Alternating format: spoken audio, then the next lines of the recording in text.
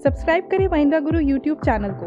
अगर आपने सब्सक्राइब कर रखा है तो नोटिफिकेशन बेल पर क्लिक करें ताकि आपको सारे वीडियोस का अलर्ट मिलता रहे। Thank you. Hello and welcome to MahindraGuru.com's official YouTube channel, and you are watching a new session of For Your Information #FYI, where we are going to discuss the history of 8th March. Yes, आज हम यहाँ 8 March के दिन घटी घटनाओं पे नजर डालेंगे। क्या हुआ था ऐसा, क्या घटा था जिसको हमें देखना है, पढ़ना है, एग्जाम प्रोस्पेक्ट से जिनको ध्यान रखना है। तो let's look over to the history of 8th March, and yes, as we all know 8th March is a day something very special is related. बात करेंगे उस पर, चर्चा करेंगे उस पर, और उसी चर्चा के लिए हमारे साथ बने हुए हिस्ट्री गुरु जिनका करेंगे स्वागत हम यहाँ इस सेशन में। एंड यस, बिल्कुल उनसे जानेंगे why this session is important to know for each and every candidates to let go every day. इस सेशन से जुड़ना क्यों जरूरी है, क्योंकि 365 days in a normal year and 366 days in a leap year, हर दिन कुछ घटता है ऐसा जिससे कहीं ना कहीं एग्जामिनेशन में कुछ तो पूछा जा सकता है।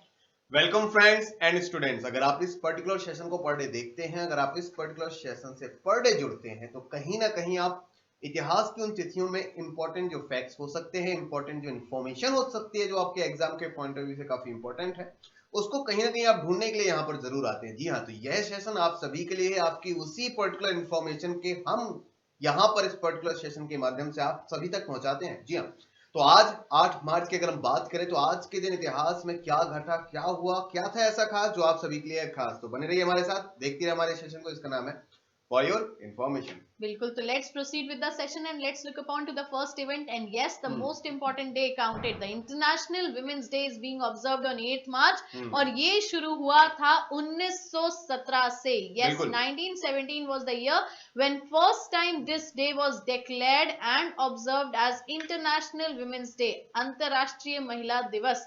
तो बिल्कुल हिस्ट्री गुरु से जानेंगे कि 8 March definitely it's an important day for all of us. और अगर हम बात करें यहाँ पे कहीं ना कहीं यूनेस्को ने तो 21st सेंचुरी ही डेडिकेट कर दी है वुमेन्स को, कि नारी शक्ति के नाम पूरी की पूरी 21वीं सदी रहेगी।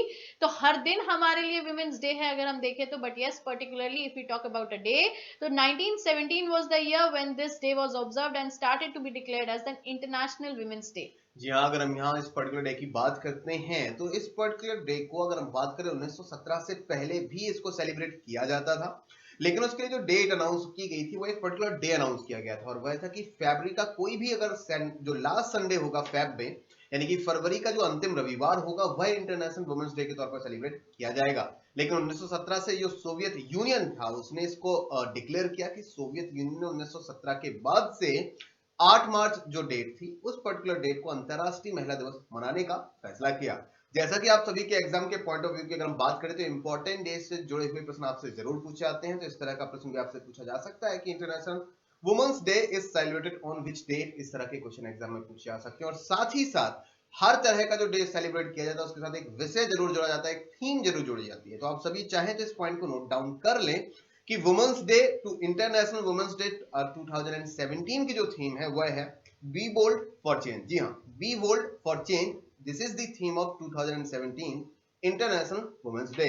Now let's move for the next important event.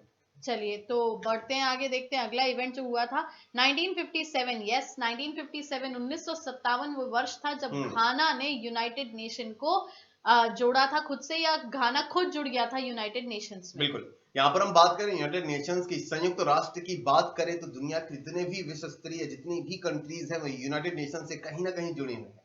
तो आज ही के दिन 1957 में घाना नाम की जो कंट्री है जिसकी जो कैपिटल है वह है अक्रा। एग्जाम के अगर हम पॉइंट ऑफ व्यू की बात करें तो यहां से क्वेश्चन पूछा जा सकता है कि Accra is the capital of which country, तो आपका आंसर हो जाना चाहिए घाना। और अगर हम उसकी करेंसी की बात करते हैं, क्योंकि एग्जाम के पॉइंट ऑफ व्यू से कंट्री एंड कैपिटल दोनों ही आपके लिए मोस्ट इंपॉर्टेंट हैं, तो अगर यहाँ पर हम करेंसी की बात करते हैं घाना की, तो केडी यानी CEDI यानी KD is the currency of घाना। तो जी हाँ, आज ही के दिन संयुक्त राष्ट्र का सदस्य बना था घाना नाम का देश, जो कि एक अफ्रीकन कंट्री है। बिल्कुल, तो नेक्स्ट अब अगर हम आगे बढ़े तो we'll be talking about the birthdays. किन की जन्म तिथि होती है 8 मार्च के दिन? तो first personality which we have that is mister Sahir Ludhianvi. 1921 was the year and 8th March was the date when this personality was born.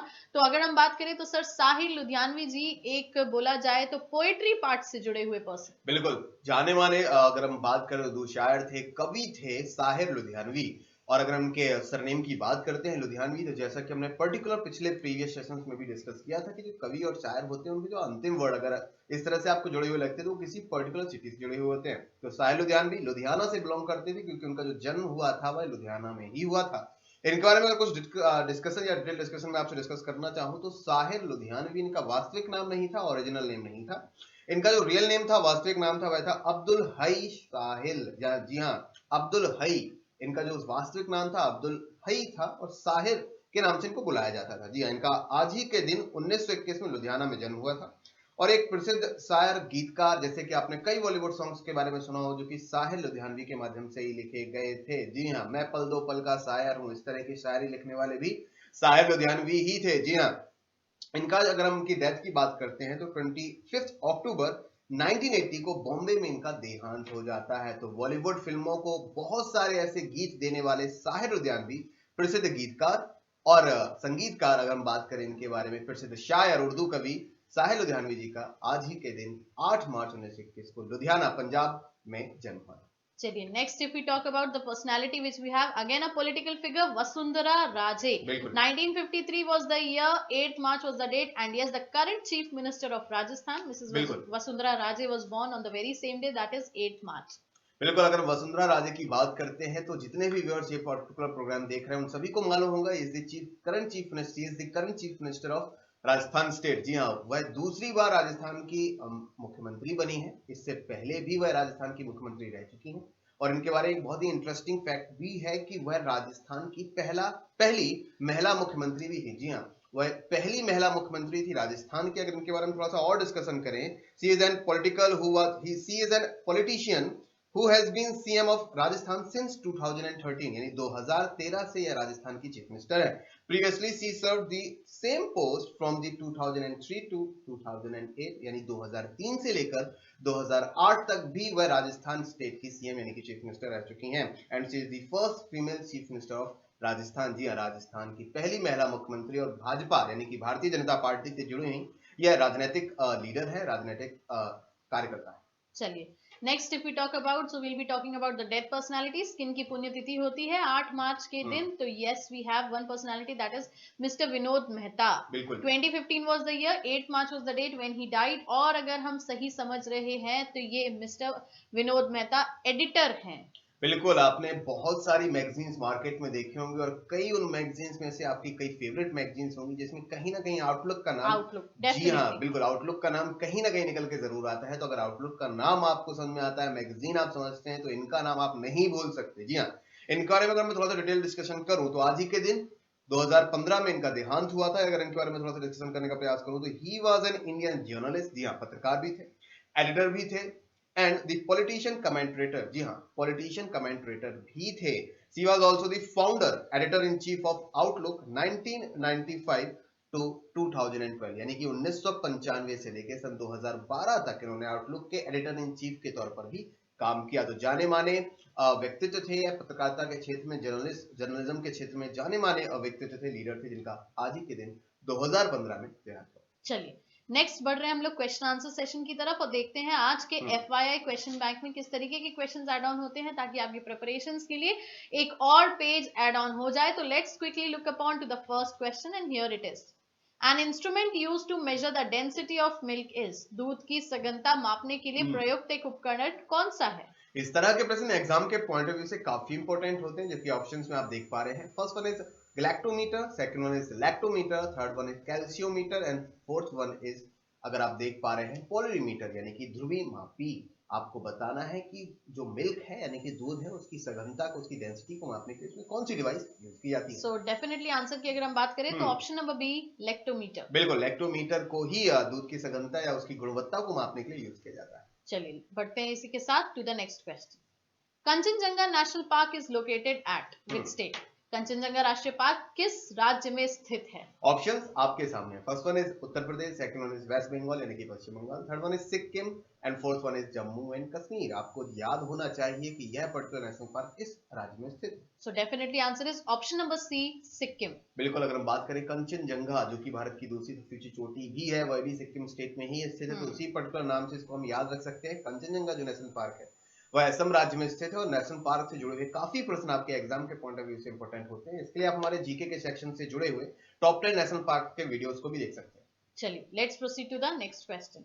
Mumbai high is associated with, Mumbai high किससे संबंधित है? यह पर्टिकुलर वर्ड आपने कहीं ना कहीं कभी ना कभी जरूर सुना होगा, मुंबई हाई, यानी कि मुंबई के जो पर्टिकुलर शहर है, मुंबई शहर, उससे कुछ किलोमीटर दूर समुद्र की अगर हम बात करें तो वहां पर एक तरह की एक लोकेशन है जिसे हम मुंबई हाई कहते हैं, जो किस पर्टिकुलर क्षेत्र से जुड़ी हुई है। ऑप्शंस आपके सामने, first one is steel, second one is petroleum, third one is यानी कि अगर बात करें मौसोलियम यानी कि मकबरा, and third one is jute यानी कि पटसन। तो आंसर की बात करें तो definitely it is B, petroleum. बिल्कुल, भारत में ऐसी बहुत ही कम जगह है जहां पर हम कच्चे तेल को निकाल सकते हैं। कच्चा जो तेल होता है उसका एक्सप्लोरेशन होता है, तो मुंबई हाई मुंबई के पास ही समुद्र में स्थित एक ऐसी जगह है जहां से कच्चा तेल जो कि पेट्रोलियम होता है उसको निकाला जाता है। चलिए, बढ़ते हैं इसी के साथ to the next question. The 14 major banks in India were nationalised in which year? Bharat में 14 बैंकों को राष्ट्रीयकृत कब किया गया? ऑप्शंस आपके सामने है, first one is 1967, second one is 1968, third one is 1969 and last one is 1971। तो definitely answer is 1969, option C. बिल्कुल, अगर हम यहाँ पर सही आंसर की बात करें तो option C is the right answer, because 19 जुलाई 1969 को ही इंदिरा गांधी गवर्नमेंट ने 14 बैंक्स को नेशनलाइज यानी कि उनका राष्ट्रीयकरण करने का फैसला लिया था। तो 19 जुलाई 1969 को भारत में 14 ऐसे बैंक थे जो सरकारी बैंक के तौर पर तब्दील किए गए। चलिए, बढ़ते हैं इसी के साथ to the next question. Kolkata and Delhi are connected by, Kolkata और दिल्ली किसके द्वारा जुड़े हुए हैं? ऑप्शंस में आपके सामने नेशनल हाईवेज हैं। जी हाँ, राष्ट्रीय राजमार्ग संख्या आपके सामने दी गई है और आपको बताना ये दो पर्टिकुलर शहर है वह किस नेशनल हाईवे से लिंक करते हैं। या तो ये नेशनल हाईवे नंबर 1 हो सकता है, या नेशनल हाईवे नंबर 2 हो सकता है, तो नेशनल हाईवे नंबर 9 हो सकता है, नेशनल हाईवे नंबर 6 हो सकता है। सो आंसर की बात करें तो definitely it is option number B, NH number 2।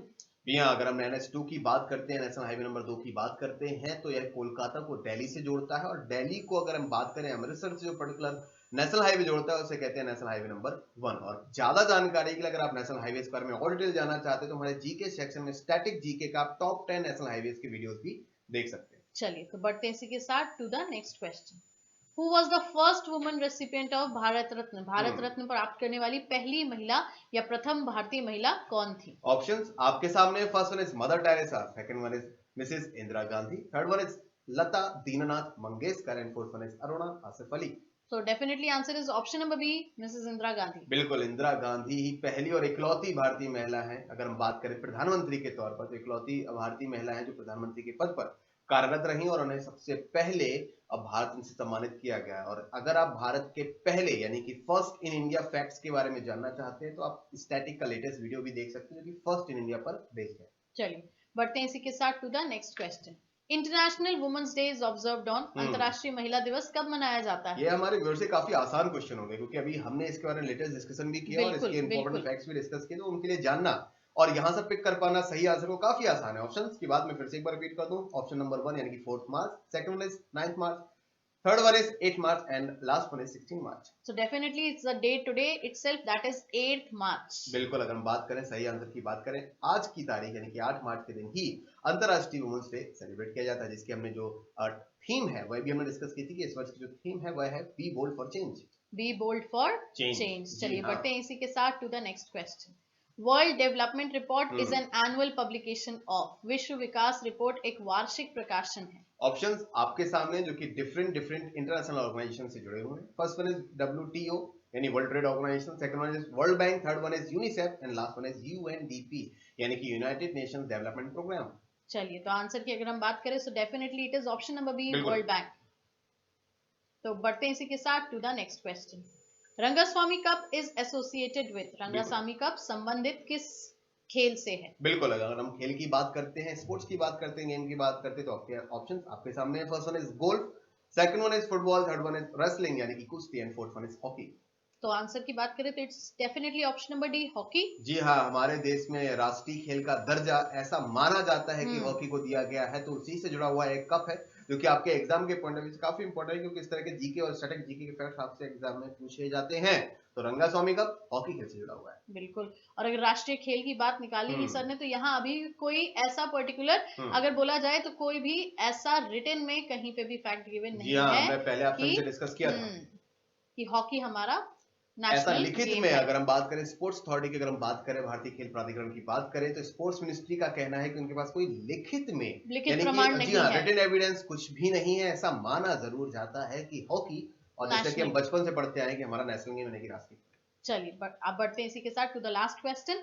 When was the Panchatantra written? Panchatantra कब लिखा गया था? जैसा कि आपको प्रीवियस सेशन को याद होगा, हमने प्रीवियस सेशन में डिस्कशन किया था कि पंचतंत्र नामक जो पुस्तक है वह किस राइटर द्वारा लिखी गई। तो आप सभी ने जो आंसर आपने पिक किया था वह किया था विष्णु शर्मा। लेकिन यहाँ पर जो क्वेश्चन है पूछा है किसके शासन काल में किया गया था, किसके टाइम पीरियड में किया गया था।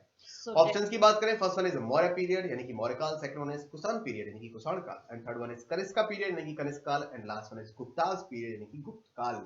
तो आंसर की बात करें तो undoubtedly it's option number D, Gupta period. बिल्कुल, अगर हम बात करें विष्णु शर्मा की, अगर हम बात करें तो वो गुप्त काल के और गुप्त शासकों के दरबार के एक जाने माने कवि थे। तो जी हाँ, पंचतंत्र उनके द्वारा ही लिखित पुस्तक थी।